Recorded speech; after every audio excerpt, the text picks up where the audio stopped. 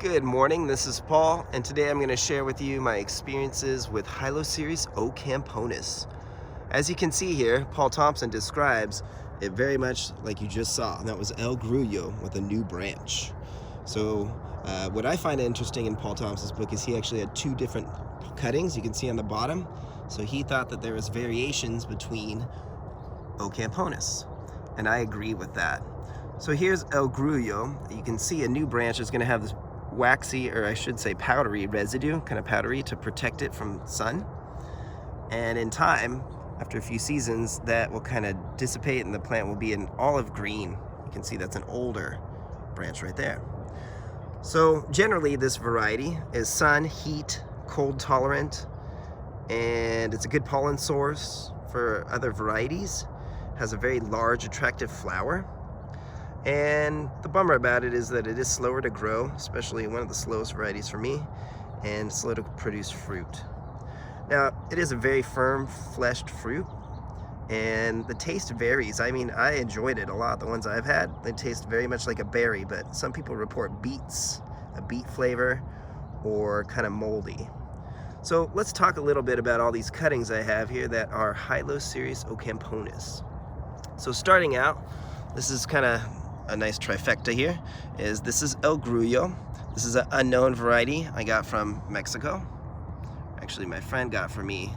It came from Mexico. The spines are longer than El Grullo, and it could just be a very similar variety. It could be something a little special. We'll see.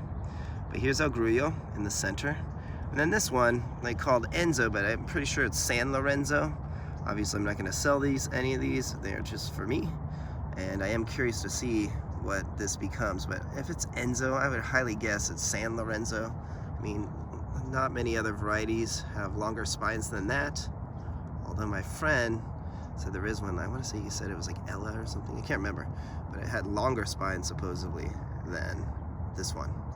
So you can see another general trait about ocamponis is that new growth will be kind of bluish greenish with that powdery residue. It's very horny, which means that it's that kind of grayish on the edges here. That's what horniness means for dragon fruit, people, in case you're wondering. See it there on the outer edges? And then they left to grow at the base. Look at that. It's like every single type of ocamponis, that's what it loves to do. It's like what it's born to do. Look at this one.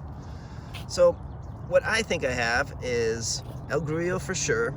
I think this unknown variety could just be something a little different. The spines are different, but the cutting looks younger. You can see it's kind of powdery on the left there.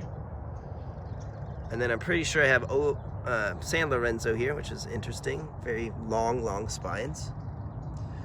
And then this one, it's definitely probably going to be unknown forever, but I did notice the spines are a bit shorter. Here's a better view of the new growth, but the spines take longer to come in. You can see that they're short when the new growth starts, but this one generally seems to have much shorter spines, although you can see it was abused. I mean, who knows how long it was in that greenhouse for. But that's kind of a few of my HYLOCEREUS ocamponis varieties. You can see El Grullo's had quite a few cuttings. I took 3, and they're doing great. So this is a cutting from this season with plenty of new growth. So don't be afraid to take a younger cutting. You can see it's actually has much quicker growth than this older cutting I took last season. You can see the difference. See how it's turned olive green and kind of lost some of that sun protection versus a year 1 cutting. All right, let me go show you, believe it or not, I have a few more. Let's go talk about them. Okay, so this beautiful variety is actually a hybrid created by Edgar Valdivia. This is Tricia, Tricia. I know I misspelled it on this label. If you see it, I apologize. But you can see it has a lot of similar traits to HYLOCEREUS ocamponis. I believe it was a HYLOCEREUS ocamponis crossed with condor pollen. I could be wrong. You can see it's very spiny. It's got that olive green on the older growth, and the younger growth is kind of that bluish with the bluish powder. You can see it also does really well to taking grafts. So here's a cutting I cut this season and grafted a seedling tip, and it's doing great. But again, you can see powdery residue on that younger cutting versus that olive green color. Although you can see this thing got chlorosis from sun damage from heat damage, I should say, or heat wave. But they don't really care. They're going to turn green either this winter or maybe even sooner at the end of this fall. But that's kind of what happens, is they will, excuse me, yellow and in direct full sun in Southern California, but they'll turn right back into this beautiful olive green. So again, you can see this is all Tricia, and look at the variation between young growth and old growth. Big difference. All right, let me go show you the ones that are related to HYLOCEREUS ocamponis. So this beautiful variety is Valdivia Roja. It's not related to Edgar Valdivia. It is related to a farm, and that's in those same regions of Mexico where other HYLOCEREUS ocamponis are found. But look at how similar the traits are. It's not as spiny, but it definitely has that blue-green powdery residue on the new growth. And you can see it will yellow a bit, and really old growth turns that olive green and kind of loses its powdery residue. And another trait, you can see, likes to grow at the base. That's what they do. So this is Valdivia Roja. Fruit is a different shape compared to the other HYLOCEREUS variety, ocamponis varieties that I've talked about.